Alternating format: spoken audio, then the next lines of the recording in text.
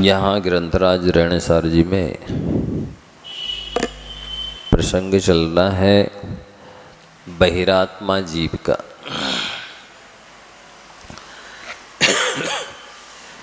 गाथा नंबर 130 चलना है कि बहिरात्मा जीव के कैसे भाव होते हैं, कैसी मान्यता होती है, कैसी चर्या चेष्टा होती है। बहिरात्मा का अर्थ समझ रहे ना? मिथ्या दृष्टि, अज्ञानी,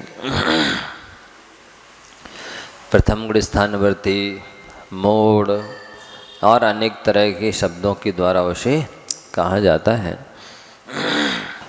जम जम अखाणिशुहम, बोलो।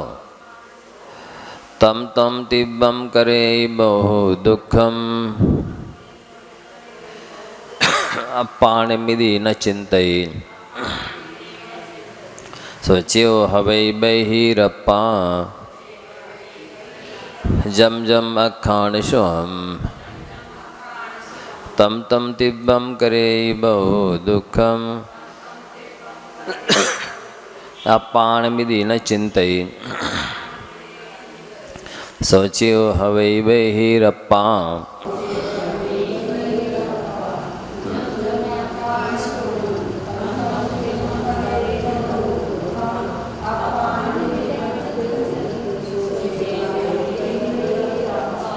मतलब ये है कि उस अज्ञानी की दृष्टि में जो कुछ है सब सांसारिक सुख जो शरीर से प्राप्त होने वाला है वही सब कुछ है। उसकी दृष्टि में जो आँखों से दिख रहा है, वर्तमान में मिल रहा है, उसके लिए ही वो सब कुछ प्रयत्न करता है। कोई स्वर्ग भी है, कोई नरक भी है, वो उसकी शब्दों में हो सकता कहने में आए स्वर्ग होते नरक होते, वस्तुतः उसकी श्रद्धा होती नहीं है कि स्वर्ग है, वहाँ पर संसार में चारों गतियों में सबसे ज़्यादा अनुकूलता स्वर्ग में है, सबसे ज़्यादा सुख स्वर्ग में है और ये शुभ भावों का फल है, पुण्य से मिलता है। नरकों में दुख है, प्रतिकूलताएं हैं, पाप की उदय से मिलती हैं, वो पंचेंद्रिय के विषय भोग भोगने से मिलती हैं। उसकी वस्तुतः श्रद्धा नहीं होती, ना वो पाप को है समझता है, ना कषाय को छोड़ने योग्य समझता है, ना इंद्रिय विषयों को शत्रु समझता है, जहर समझता है। मोक्ष के लिए प्रयास करने वाला जो साधक होता है वो संसार से विरक्त होता है। वो ये इसकी धारणा पक्की रहती है संसार में सुख नहीं है, सुख तो मोक्ष में है और वो मोक्ष सुख मिलता है सच्चे देवशास्त्रों की श्रद्धान पूर्वक जो ज्ञान और आचरण होता है उससे। तो वो संसार शरीर भोगों तीनों में ही आसक्त होता है, मिथ्या दृष्टि। संसार के जो कारण है पाप उसमें ही लगा रहता है और शरीर में जो इंद्रियां हैं इंद्रियजन्य सुख में ही लगा रहता है। अब इंद्रिय विषयों को पाने में कितनी पाप हो जाए, कितनी कषाय करनी पड़े, कैसे भी किसी भी कंडीशन में स्थिति में भी इंद्रियजन्य सुख मिले, वो उनको प्राप्त करने की पूरी कोशिश करता है। उसे ना मोह शत्रु समझ में आता है, ना संसार कदली तरु के समान लगता है, निस्सार, इसमें कोई सार नहीं है। ना भोगों से उसकी ऐसी आस्था ही नहीं है कि इस भोगों से हमें सुख नहीं मिलेगा, तृप्ति नहीं होगी, पाप का बंध होगा। गांठ का जो अपना पहले का पुण्य है वो क्षीण होगा, ऐसी उसकी आस्था ही नहीं रहती। वो तो बस किसी भी कीमत पर फैसिलिटी, ऐसो आराम सांसारिक तात्कालिक मिलना चाहिए।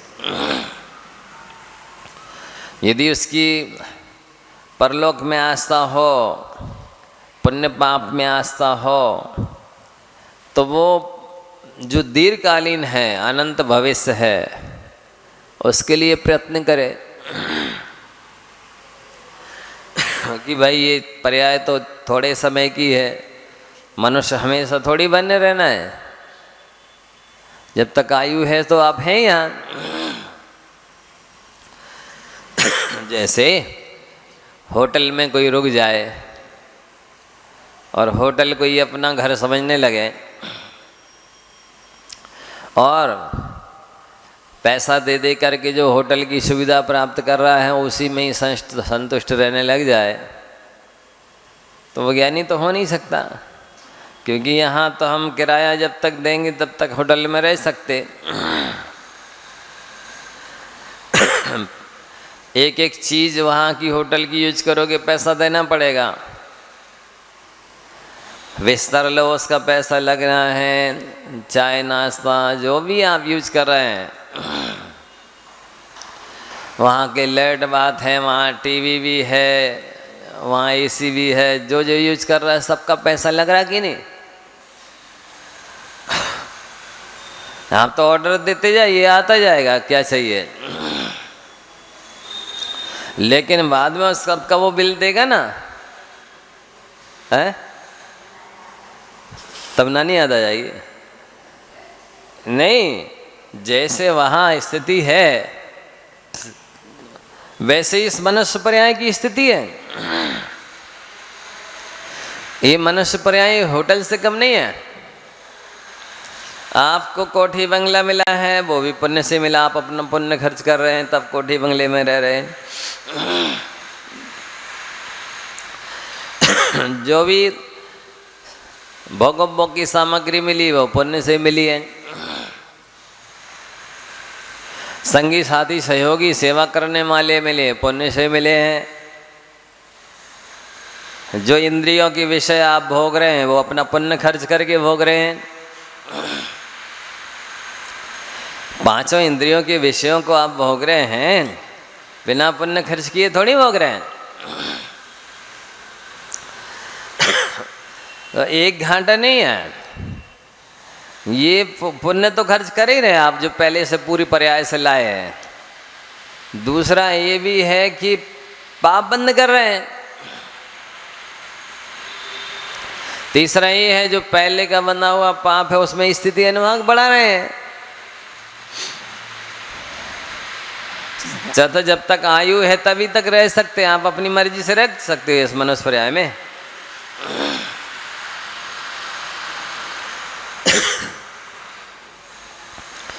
आयु समाप्त होने पर जैसे दीपक का तेल समाप्त होता तो क्या होता?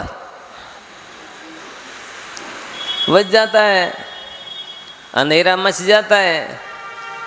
यही हाल आयु रूपी तेल समाप्त होने पर इस मनुष्य पर्याय रूपी दीपक का होगा। ये बुझ जाएगा, अंधकार मच जाएगा। तो वो बहिरात्मा ये नहीं समझता है कि हम यहाँ संसार में सुख पाना तो चाह रहे हैं, यहीं सुखी होना चाह रहे हैं, लेकिन यहाँ का सुख बहुत महंगा है। जैसे 5 स्टार का सुख होता है ना, जितने आप सामान्य होटल में जाइए वहाँ का किराया अलग होगा, 3 स्टार का अलग होगा, 5 स्टार का अलग होगा। इसी तरह आप यही समझिए, यहाँ भी सामान्य इंद्रियजन्य सुख भोगोगे सामान्य होटल की तरह होगा, विशेष भोगोगे तो वो 3 स्टार की तरह होगा, और स्पेशल भोगोगे वो 5 स्टार की तरह होगा। उतना ज़्यादा पुण्य खर्च करना होगा ना, और नया पाप भी बंद करना होगा। पिछले बांधवे पाप में स्थिति अनुभाग भी उस अनुरूप से ही बढ़ेगा। तो ये बहिरात्मा की दृष्टि में रहता नहीं है, मिथ्या दृष्टि अज्ञानी की दृष्टि में कुछ रहता नहीं। यदि रहे तो वो तो इन इंद्रिय विषयों को चोरी करके भी प्राप्त करना चाहता है, पर स्त्री आदि सेवन करके भी प्राप्त करना चाहता है, झूठ बोल करके भी प्राप्त करना चाहता है। उसकी आस्था हो बे कि नहीं, ये हम अपना पुण्य खर्च कर रहे हैं, पाप बांध रहे हैं, तो वो ऐसा क्यों करे। वस्तुतः एक चोर चोरी करने में पुण्य के उदय से सफल होता है, कोई व्यभिचारी व्यभिचार करने में भी पुण्य कर्म के उदय से सफल होता है, कोई झूठ बोलने वाला झूठ बोलने में भी पुण्य के उदय से सफल होता है, कोई शिकारी शिकार खेलने में भी पुण्य के उदय से सफल होता है।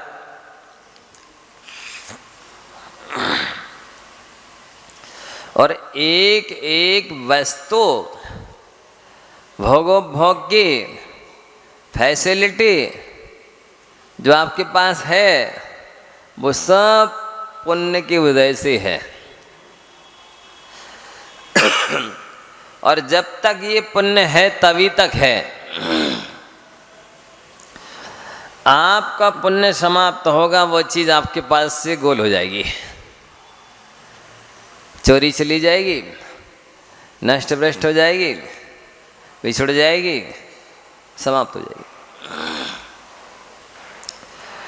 आप चाहें भी तो भी पुण्य के अभाव में कोई भी चीज़ आपके पास नहीं रहेगी। आप मुट्ठी में रख रही पकड़े रखिए, सोना है मान लो आपके पास, सोने की अंगूठी है या कुछ भी चीज़ है, अब हम मुट्ठी में बांधे हुए हैं, अब कैसे गुम जाएगी? गुम नहीं जाएगी, वो मिट्टी बन जाएगी पाप के उदय से। ऐसा पुण्य पाप का खेल है। धन्य कुमार की के अलावा और पूरे प्रथमानुयोग में ही सब जगह ही दर्शाया गया कि पुण्य के उदय में जहर भी अमृत बन जाता है और पाप के उदय में अमृत भी जहर बन जाता है। आपका पुरुषार्थ थोड़ी चल रहा है। आप सोच रहे नहीं हम तो अच्छा अच्छा बना बना के खा रहे हैं, पुण्य की वजह से बना रहे और खा रहे हैं। कितना खर्च कर रहे हैं। और नया पुण्य यदि नहीं बांधा तो वो पिछला खत्म हो गया। अब इसके बाद क्या होगा? इसके बाद तो वही स्थिति होगी जैसी तेल समाप्त हो जाने के बाद में उस स्थान की स्थिति होती है। अंधकार मच जाता है, सब होते हुए भी कुछ नहीं दिखता है। इसी तरह से जैसे पुण्य समाप्त होगा, सब लोग रहेंगे स्त्री पुत्र मित्र आदि, सारी भोगोपभोग की सामग्री रहेगी, कोई काम में नहीं आएगा। एक तो पास में नहीं आएंगे, तेज पाप का उदय होगा तो, और थोड़ा बहुत पुण्य का उदय होगा तो वो लोग आके आपकी पलंग के चारों ओर खड़े हो जाएंगे, ज़्यादा डॉक्टर को ला देंगे, दवाई ला देंगे, सिर पे हाथ रख देंगे। लेकिन शास्त्र तो ठीक तीव्र पुण्य के उदय में ही होगा। तीव्र पुण्य का उदय ना हो तो सारे देवता मिलकर के भी आपको सुखी नहीं कर सकते। आपको क्या करेंगे?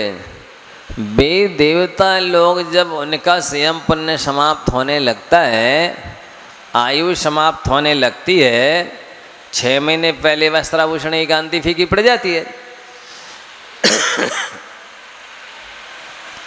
वे देवता चाहें कि हम अपने वस्त्राभूषणों की शरीर की कांति फीकी नहीं पड़ने देंगे तो नहीं कर सकते। वे चाहें कि हमें यहाँ से नहीं जाना तो नहीं चलेगा उनका। मरना नहीं चाहें तो ऐसा होगा नहीं। जब पाप कर्म के उदय में देवता लोग स्वयं अपनी सुरक्षा नहीं कर सकते, तब दूसरे के पाप कर्म के उदय में उसकी सुरक्षा सेवा कैसे कर देंगे। और ये भी बात है, पुण्य की वैरायटी भी अनेक है और पाप की वैरायटी भी अनेक है। कैसे? जब आदिनाथ भगवान ने दीक्षा ली और लेते ही ध्यान में बैठ गए, 6 महीने बाद वो आहार के लिए उठे। अंतराय कर्म का उदय था, नवदा भक्ति से आहार नहीं मिल रहा था, तो आहार ही नहीं मिल रहा था, बाकी हाथी घोड़े भी मिल रहे थे, कन्याएं भी लोग दे रहे थे, वस्त्राभूषण भी दे रहे थे, है? पूरे ही अंतराय कर्म का उदय था, ऐसी बात नहीं है। इसी तरह देवों के पास भी पुण्य है। अभी सामग्री फीकी पड़ी है, दूसरे अधीनस्थ देवताओं ने आज्ञा का उल्लंघन करना शुरू कर दिया है और दूसरे काम होने लगते हैं, लेकिन सारा वैभव अभी भी है, देवांगनाएं हैं, सब हैं। इसी तरह से तीर्थंकरों को भी देख लीजिए, पार्श्वनाथ भगवान पर माल्योपसर्ग हो रहा है, तो ऐसा पुण्य तो है कि उस उपसर्ग को सहन करने की क्षमता है, धैर्य विचलित नहीं हो रहा, और कोई शरीर इस तरह से नहीं हो रहा आर्त ध्यान की मतलब गुड़स्थान गिर जाए। बाकी का पुण्य है, लेकिन जिस पुण्य के उदय में वो उपसर्ग दूर होगा वो पुण्य नहीं है।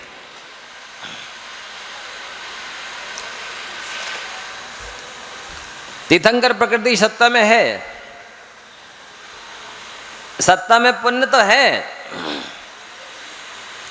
लेकिन वो पुण्य 7 दिन बाद उदय में आया, उसकी आवाधा काल 7 दिन बाद पूरी हुई, और जैसे ही वो पुण्योदय में आया तो धर्मेंद्र पद्मावती का आसन हिल गया, अवधि ज्ञान लगा लिया और आ गए रक्षा करने के लिए। फल मंडप बना दिया, फल के ऊपर रख लिया और सुरक्षा कर दी।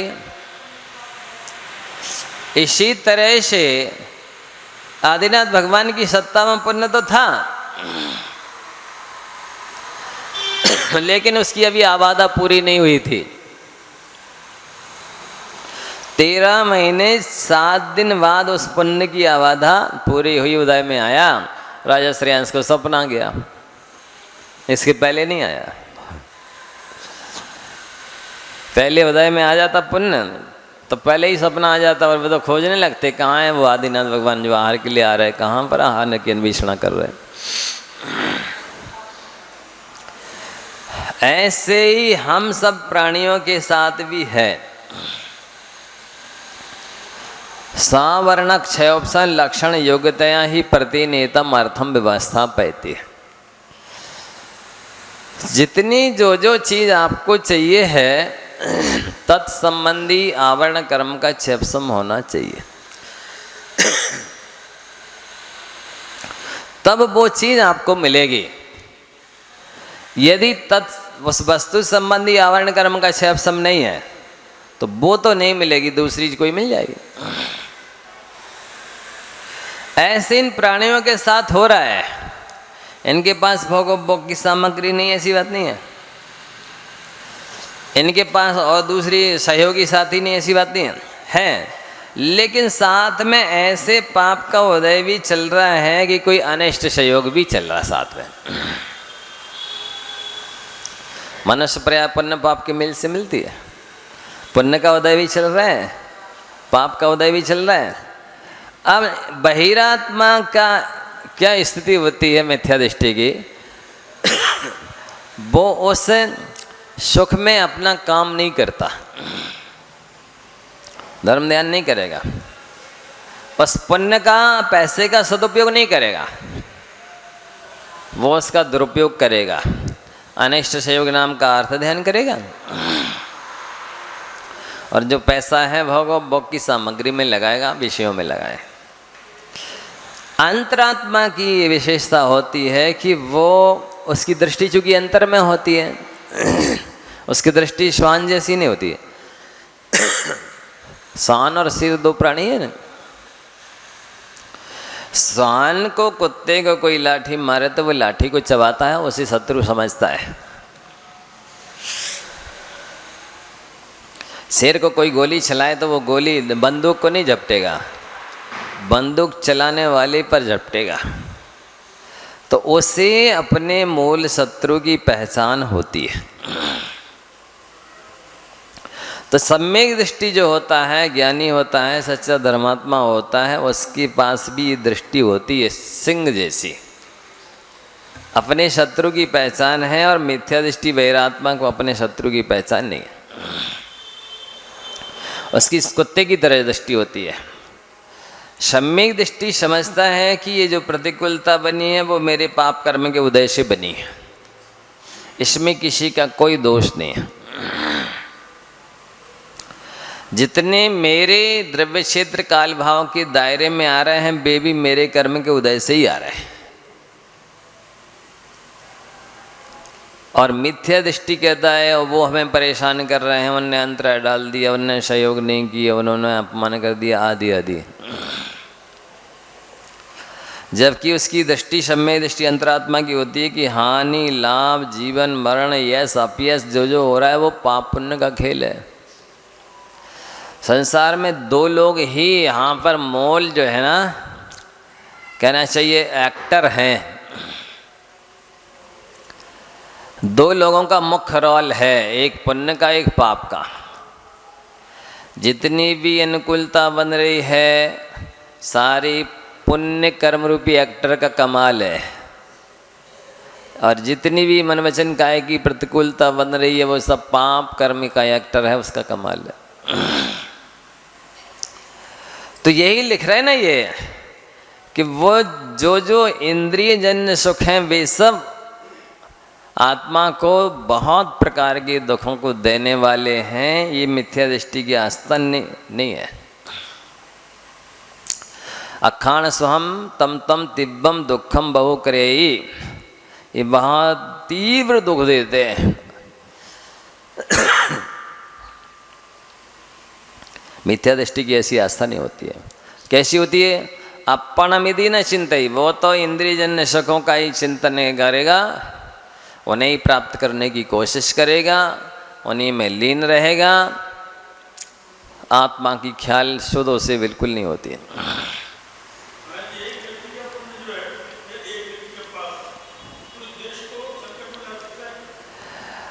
देखो ऐसा है, बाकी के जो देश के माने जीव हैं उनकी सत्ता में पाप होना चाहिए, तो उस एक व्यक्ति के निमित्त से उनके पाप की उद्दीर्णा हो सकती है और वे सब कष्ट में आ सकते हैं। उनकी सत्ता में पाप नहीं है तो वे नहीं आएंगे। जैसे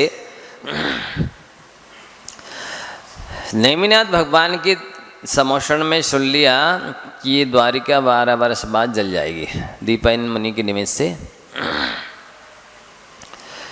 कई ने दीक्षा ले ली, उनकी सत्ता में पुण्य था और उन्होंने तदनुकूल पुरुषार्थ किया, भी द्वारिका में जलने मरने से बच गए। बलभद्र और नारायण ये दो भी थे, वहीं द्वारिका में थे। तो बाकी घटिया पुण्य वाले कहें या जिनके पाप कर्म का उदय था वो सब जल गए, आलू प्याज की तरह भरत गए। लेकिन नारायण और बलभद्र वहीं थे पर इनको कुछ नहीं हुआ।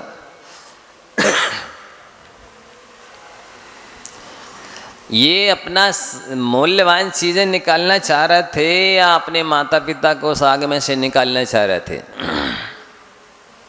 तो आकाशवाणी क्या हुई कि नहीं, आप 2 ही बचोगे, तीसरा कोई नहीं बचेगा। हजारों हाथियों का जिनके पास बल है, दिव्य शक्ति, दिव्य अस्त्र हैं, हजारों हजार देवता जिनकी सेवा कर रहे, ऐसे बलभद्र भी और नारायण भी, दोनों महापुरुष, सलाका पुरुष, वे एक प्राणी को भी नहीं बचा सके, एक भी वस्तु भी नहीं निकाल सके। तो आप पुण्य पाप का खेल समझिए। इतना पुण्य है कि आप नहीं जलोगे इस आग में, पर इतना पुण्य नहीं है कि आप एक भी चीज वहां से उठा करके निकाल ले जा सको। ना कोई वस्तु उठा सकोगे, ना किसी व्यक्ति को बचा सकोगे, इतना पुण्य नहीं है। भले नारायण हो, बलभद्र हो आप। ऐसा है, जब होनहार खराब होती है ना, तो बुद्धि विपरीत हो जाती है। असंभवम हेम मृगस्य जन्म तथापि रामो लिलुभे मृगाय, प्राय समापन्न विपत्ति काले धियो पिपंसा मलिनी भवन्ति। सोने की मृग का जन्म लेना असंभव है। ये आप सब कह देंगे, बच्चा भी कह देगा सोने का मृग जन्म नहीं लेता है। हिरणी तो जन्म देती है, लेकिन सोने की मृग को जन्म नहीं देती है, बच्चा भी कह देगा। तो क्या रामचंद्र जी नहीं जान रहे थे? छाया सम्य दृष्टि थे। बोलो, आप तो द्वारका वासियों की बात कर रहे हैं, वे तो मिथ्या दृष्टि भी हो सकते हैं। रामचंद्र जी तो छाया सम्य दृष्टि थे, नहीं जान रहे थे। तो कहते हैं प्राय समापन्न विपत्ति काले धियोपि पंसाम मलिनी भवन्ति। जब विपत्ति काल आ जाता है तो महापुरुषों की बुद्धि भी मलिन हो जाती है, काम करना बंद कर देती है। जिसको पाप कर्म का फल भोगना है, विधि उसके भाग बुद्धि को पहले प्रतिकूल कर देती है। जैसे चोर लोग जब क्या करते हैं, उनको चोरी करना है तो या तो पहले भी लाइट गुल कर देंगे, नहीं समझे, या फिर उनके मुंह बंद कर देंगे। जो लोग हैं वहाँ आंखें बंद कर देंगे, देख ना पाए, बोल ना पाए। समझ रहे हैं आप? तो जैसे वो चोर करते हैं, वैसे ही कर्मरूपी चोर करता है, जीवों की बुद्धि को विपरीत कर देता है। आप जो काम रोज कर रहे हैं उस दिन नहीं करेंगे, जिस दिन चोरी होना होगी उस दिन आप ताला लगाना भूल जाएंगे। रोज चोरी नहीं होना है तब आप ताला लगाएंगे, और जिस दिन होना है उस दिन ताला नहीं लगाओगे। आप लोग सुरक्षा कवच बनाते हो, लेकिन जिस दिन पाप कर्म का उदय आना है उस दिन आप भूल जाओगे, किसी वजह से वो टल जाएगा। तीव्र पाप का उदय आना हो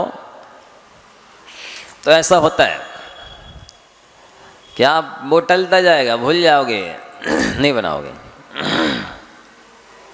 क्योंकि बना लोगे तो फिर वो वैसी विपत्ति नहीं आ पाएगी ना आपके सिर पे। इसलिए उस कर्म ने पहले नंबर तो आपकी इस काम को फेल कर दिया। ऐसा होता है।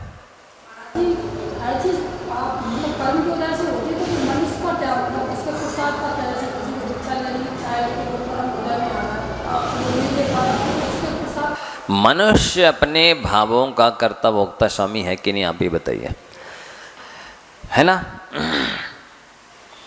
तो मनुष्य अपनी विशुद्धि बढ़ाता है, तब त्याग करता है, पूजा पाठ करता है, और अपने परिणामों को संभाल करके, पुण्य बढ़ा करके अपना काम कर लेता है। ये भी तब होगा जब उसके पाप कर्म का उदय मंद हो, कुछ अंश सत्ता में पुण्य हो। यदि तेज पाप कर्म का उदय है तो उसका पुरुषार्थ नहीं चलेगा। जैसे नदी में बाढ़ आती है ना, तो कितने शक्तिशाली बलवान हाथी भी बह जाते हैं, और जब शरद ऋतु में धीमा धीमा उथला उथला स्वच्छ पानी बहता है तो खरगोश भी पार हो जाता है। इसी तरह बाढ़ की तरह जब तेज पाप कर्म का उदय आएगा ना, तो फिर महापुरुष भी उस कर्म से प्रभावित हो जाते हैं, उनका पुरुषार्थ भी नहीं चलता। और जब मंद उदय रहता है, जैसे आप लोग के भी मंद उदय चल रहा है, आप चाहो जितना तप त्याग करो, विशुद्धि बढ़ाओ, अपने पुण्य को बढ़ा सकते हो, कल्याण कर सकते हो। लेकिन वो खरगोश उसी पार खड़ा खड़ा देखता रहे तो थोड़ी देखते देखते नदी पार हो जाएगा। नदी उथली हो गई है, पानी कम है, वेग भी बहुत स्लो है, धीमा है, और उजाला स्वच्छ पानी भी है, वो उतरे ही नहीं पानी में, तो खड़ा खड़ा पार हो जाएगा। ऐसे आप लोग अनुकूल उदय चल रहा है, फिर भी ताप त्याग दान पुण्य नहीं करें, अपने पुण्य को नहीं बढ़ाएं, अपनी विशुद्धि को नहीं बढ़ाएं, जो छोट छोट प्रतिकूलताएं हैं, प्रतिकूल निमित्त हैं, उनके निमित्त से अपने भाव और बिगाड़ो, संकलेश करो, तो पुण्य का पलड़ा खाली होता जाएगा, हल्का होता जाएगा, पाप का पलड़ा भारी होता जाएगा, आपकी नैया डूब जाएगी। तो बहिरात्मा की ये स्थिति है कि वो आत्मा का चिंतन नहीं करता कि मेरी आत्मा भी कोई चीज़ है, वो शाश्वत है, अनादिकाल से थी, अनंत काल तक रहेगी, मुझे उस आत्मा के लिए कुछ करना है, नहीं करता। केवल जो ये शरीर दिख रहा है, बाह्य जगत जो दिख रहा है, सब कुछ उसी के लिए करता है। सोचिए वो हवाई बहिरप्पा, इसलिए वो मिथ्या दृष्टि होता है। और सम्यक दृष्टि मोक्ष के लिए प्रयास करने वाला होता है, संसार शरीर भोगों से विरक्त होता है, ब्रह्मचर्य का पालन करता है, ध्यान तप दया में राग करता है, ध्यान में तप में दया में राग करता है, और कषाय को बीमारी की तरह देखता है। बोलो, आप लोगों को लगती बीमारी? शरीर की बीमारी नहीं, कसाय की बीमारी। कसाय बीमारी के समान लग रही है कि हमने गुस्सा कर लिया, ये हमें एक रोग हो गया, या हमें गुस्सा आती है, ये एक बीमारी है हमें।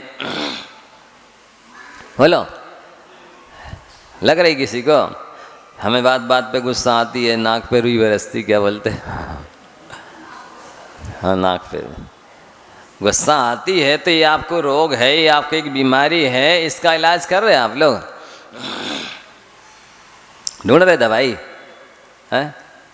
बोलो, सतर्क हो, सावधान हो कि इस बीमारी से हमें बचना है, इस बीमारी को ख़त्म करना है। क्रोध हो, चाहे मान हो, चाहे मायाचारी हो, चाहे लोभ है, सब बीमारियां हैं, एक रोग हैं, 4 रोग हैं ये। हास्य है, वो भी एक रोग है, किसी से रति होती ये भी एक रोग है, आरती होती ये भी एक रोग है, भय लगता है ये भी एक रोग है, गिलानी आती है, आपको घृणा होती है, ये भी रोग है। स्त्री वेद पुरुष वेद यदि सता रहा, उसका प्रतिकार कर रहा है, ये रोग को और बढ़ा रहे हो, हाँ? लग रहा है आपको? कोई दवाई खोज रहे हो इस बीमारी की कि हम आगे नहीं बढ़ने देंगे? अंतरात्मा को लगता है, सम्यक दृष्टि का भेद विज्ञानी को, आत्मार्थी को लगेगा कि नहीं, ये बीमारियां हैं, इनको तो मुझे होने ही नहीं देना है, हमें तो निरोग होना है, स्वस्थ होना है, इनका सायों से अतीत होना है।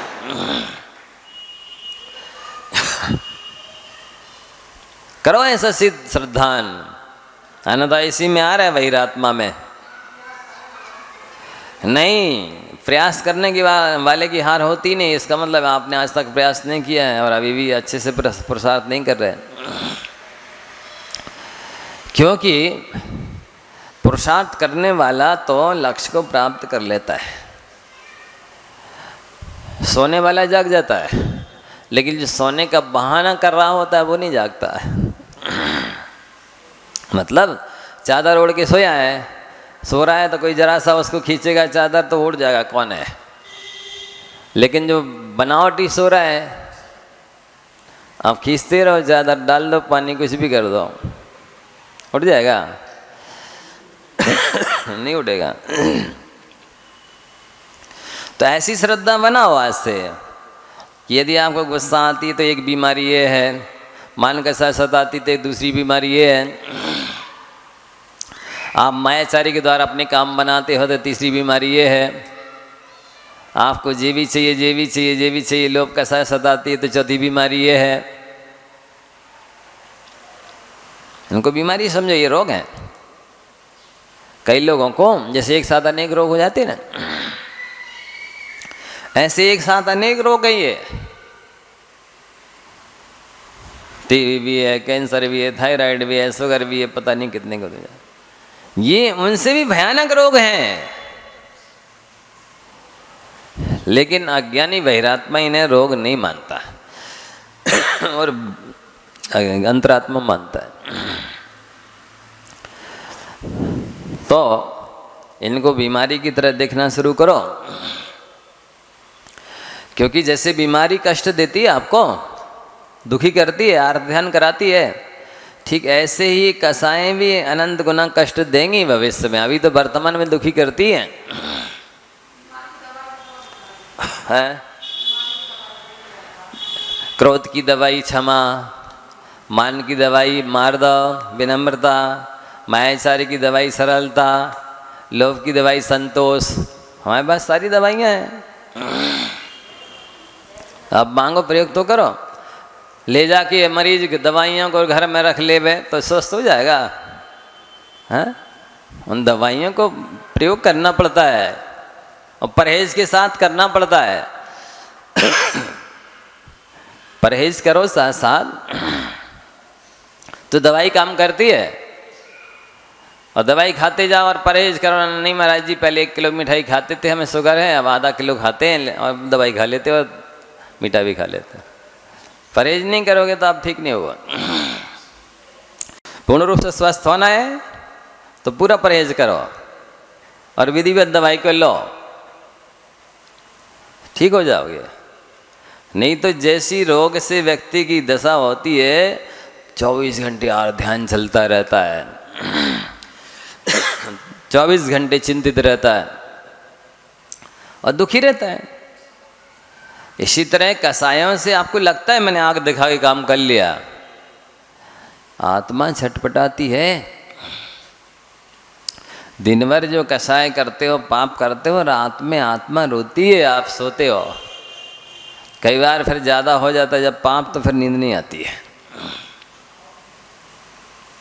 ऐसा तो अंतरात्मा में और बहिरात्मा में यही अंतर है कि वो कषायों को बीमारी की तरह देखता है। सारी कषायें, नौ कषाय को छोटा नहीं समझना। आपकी जितनी क्रोध मान माया लोभ तेज होगा, वे 9 कषाय भी उतनी तेज होती हैं। जैसे मालिक साथ में होवे तो कुत्ता कितना गुर्राता भौंकता, बताओ, शेर की तरह। और मालिक पीछे हो जाए तो फिर पीछे लौट आएगा। ऐसी क्रोध मान माया लोभ तो है मालिक, और हास्य आदि 9 कसाय हैं कुत्ता। तो ये क्रोध जितना तेज होगा उतनी तेज हंसी आएगी, रति होगी। जितना तेज मान होगा उस कसायों के अनुरूप ही ये हास्य रति शोक भय जुगुप्सा काम करती है। इसलिए एक आचार्य भगवंत का ये मत है कि जितनी क्रोध मान माया लोभ की 40 कोड़ा कोड़ी सागर की स्थिति पड़ती है, उतनी हास्य आदि की भी पड़ती है, क्योंकि वो भी उतनी प्रबल हो जाती है जितना प्रबल क्रोध मान माया लोभ होता है। इसलिए इन कषायों को भी बुद्धिपूर्वक डाउन करना चाहिए। ज़्यादा हंसना नहीं, जोर से ज़्यादा नहीं हंसना, किसी से रति जा नहीं करना। ये इनको जीतने का पुरुषार्थ है, ये दवाई है इनकी। किसी से रति नहीं करना। हर स्थिति में जो व्यक्ति खुश रह सकता है उसको कौन दुखी कर सकता है? जो हर हालत में हास्य कसाय का प्रतिफल, आगे फिर हास्य वेदनी का बंद होगा, फिर हास्य सताएगी, बाद में हृदय में आएगी। ये तो चलते ही रहता ना चक्र। उदय में आया, फिर आप उसने ऊपर नमन कर किया और फिर कर्म का बंध हुआ, फिर वो उदय में आएगा, फिर आपने उस ऊपर नमन किया, फिर कर्म का बंध हुआ, फिर उदय में आया। इस तरह चलता रहता है। छुटकारा नहीं मिलेगा कभी भी। आप इन सबसे छुटकारा चाहते हैं तो इनको अभी से ही छोड़ना होगा बुद्धिपूर्वक, ऐसा। अब गाथा नंबर 133 में 31 में भी बहिरात्मा जीवों की चर्चा की जा रही है। जैसिम अमेज मध्य अब उपन्नानम हवे तत्तिर्वी तैबैरप्पाणम बहि रिंदिय विशेषो होई मयि जैसिम अमेज मध्य उपन्नानम हवे तत्तरुचिर्वी तैबैरप्पाणम बहि रिंदिय विशेषो होई मयि। हाँ,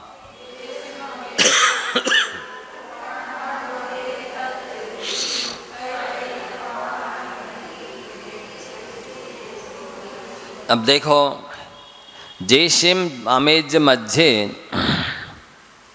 उपन्नानम तथ्य रुई हवे। विष्टा का कीड़ा जो विष्टा में जन्मा है वो विष्टा में ही रति करता है। उससे कोई निकालना भी चाहे कि अरे तू गंदे स्थान से निकल, यहाँ हम तुझे अच्छे स्थान पर ले चलते हैं, तो वो नहीं निकलेगा। आप सोचिए क्या उपमा दे रहे हैं। पंचेंद्रिय के विषयों में रचना पचना रत होना विष्टा की मध्य रमने जैसा है। विष्टा की कीड़े की उपमा दे रहे हैं बहिरात्मा के लिए। देख लो आप, किसकी उपमा? अरे न खाए न खान दे, क्या बोलता बहिरात्मा? मिथ्या दृष्टि। यदि गुरुजन उपदेश देवें, समझाएं, तो क्या सोचेगा? ना खाएं ना खान देवें, पंचेंद्रिय के विषयों को खुद भोगे न भोगने देवें। मतलब ये है कि उसको तात्काल में जो मिल रहा है परोक्ष किसने नहीं देगा। वर्तमान के उपलब्ध को छोड़ दो, अब भविष्य में देखा किसने? दो ही तरफ से गए। तो विष्टा के कीड़े की उपमा दे रहे उसको। और कोई उपमा है? आप कौन सी उपमा दे में बताओ आपको, जिससे बहिरात्मा को गड़ जावे, चुप जावे, समझ में आ जावे कि ये पंचेंद्रिय के विषय इतने हैं विष्टा की तरह है। क्या कहा?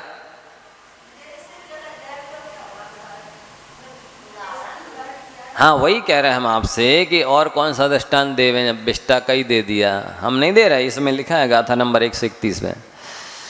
मान लो गाथा सामने नहीं होती और हम कह देते कि पंचेंद्रिय के विषयों में जो आ सकते हैं वे विष्टा के कीड़े हैं। लो महाराज जी तो कुछ भी बोलते रहते। अब इधर लिखा है, देख लो। हाँ, लिखा कि नहीं लिखा? इसीलिए कहा यह तन पाए महातप कीजिए हमें सारे यही है। ये शरीर मिला है, महान तप करो, इसमें इसकी सार्थकता है, सफलता है, बुद्धिमानी यही है। तत्काल की क्षणिक भोगों को, सुविधाओं को नहीं छोड़ पा रहे तो बहिरात्मा तो है ही। अंतरात्मा को श्रद्धा होती है। एक दिन के इंद्रिय विजय का फल लाखों करोड़ों वर्षों का स्वर्ग का सुख है। चाहे एक दिन यहाँ सुख से रह लो सुविधा में, और चाहे लाखों करोड़ों वर्ष स्वर्ग में सुख सुविधा में रहना, क्या पसंद है? देख लो।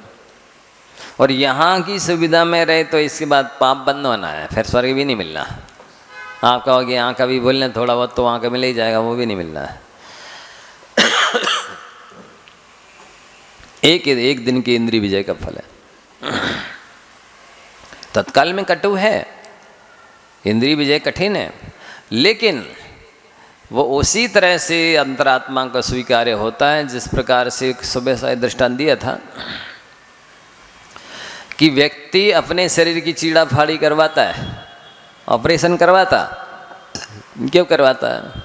ऑपरेशन के बाद हम स्वस्थ हो जाएंगे, सुखी हो जाएंगे। ऐसे ही अंतरात्मा सोचता है कि मैं थोड़े दिन संयम से रहूंगा, इंद्रिय विजय कर लूंगा,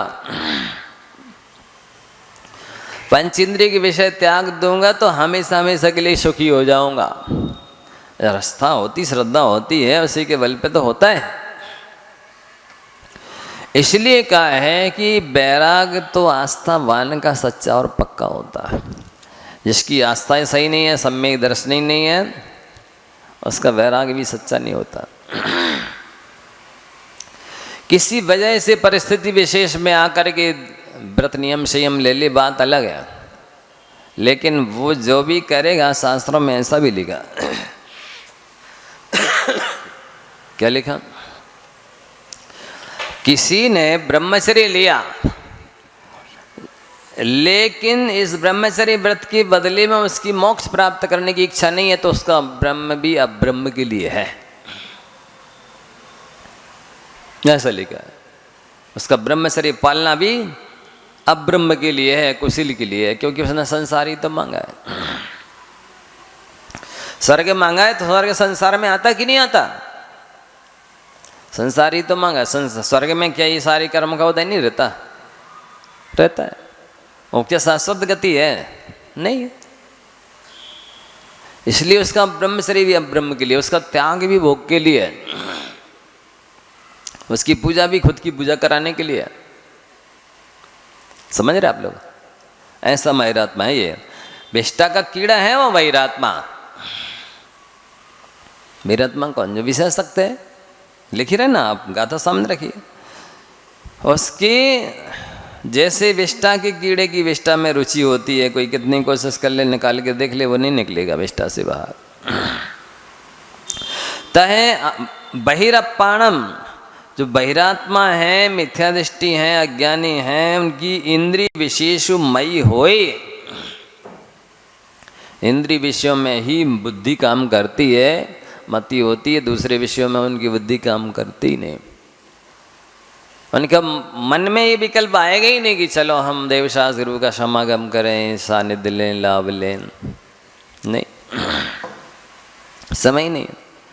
महाराज जी हम अकेले हैं, इसलिए वो घर के देखना काम और दुकानदारी देखना, इसलिए समय नहीं मिलता। मैं पूछता हूँ उनसे, अकेले हो आप तो कौन सा काम अकेले की वजह से छोड़ा है? सब्जी लेने नहीं जाते, दूध लेने नहीं जाते, फल लेने नहीं जाते, स्टेशन पर कोई आता तो लेने नहीं जाते, जाता है तो छोड़ने नहीं जाते, कोई बीमार हो जाता तो अस्पताल जाते हो कि नहीं, एडमिट हो गया वहीं बैठते हो, रोकते हो कि नहीं? ये समय कहाँ से निकला है? आप तो अकेले हो, हैं? कहाँ से निकल आया? उन विषयों में रुचि है, आत्मीयता है, उनको अपना कर्तव्य धर्म समझ रखा है, इसलिए उसके लिए समय निकल आता। जैसे आप फास्ट यात्रा करना चाह रहे हैं, गाड़ी में बैठ गए, तैयारी करके पूरी 4 व्हीलर में बैठे हुए हैं। अब जैसे देखा टंकी में, अरे इसमें पेट्रोल तो थोड़ा से 2-4 किलोमीटर में ख़त्म हो जाएगा। अब आप बताइए, आपके पास टाइम नहीं था, आपको 10 बजे पहुंचना था अपने कहीं गंतव्य पर, अब आप पेट्रोल पंप पर जाएंगे कि नहीं जाएंगे? गाड़ी खड़ी करेंगे कि नहीं करेंगे? पेट्रोल भरवाने में समय देंगे कि नहीं देंगे? कहाँ से निकल आया? आपको तो जल्दी जाना था, समय पर पहुंचना था, इधर क्यों रुके? ये आवश्यक इसके बिना नहीं चलेगा, ऐसा समझ के। तो जिसे व्यक्ति आवश्यक समझता है इसके बिना नहीं चलेगा, उसके लिए समय निकालता है, वो निकल आता है, अपने आप नहीं निकलता।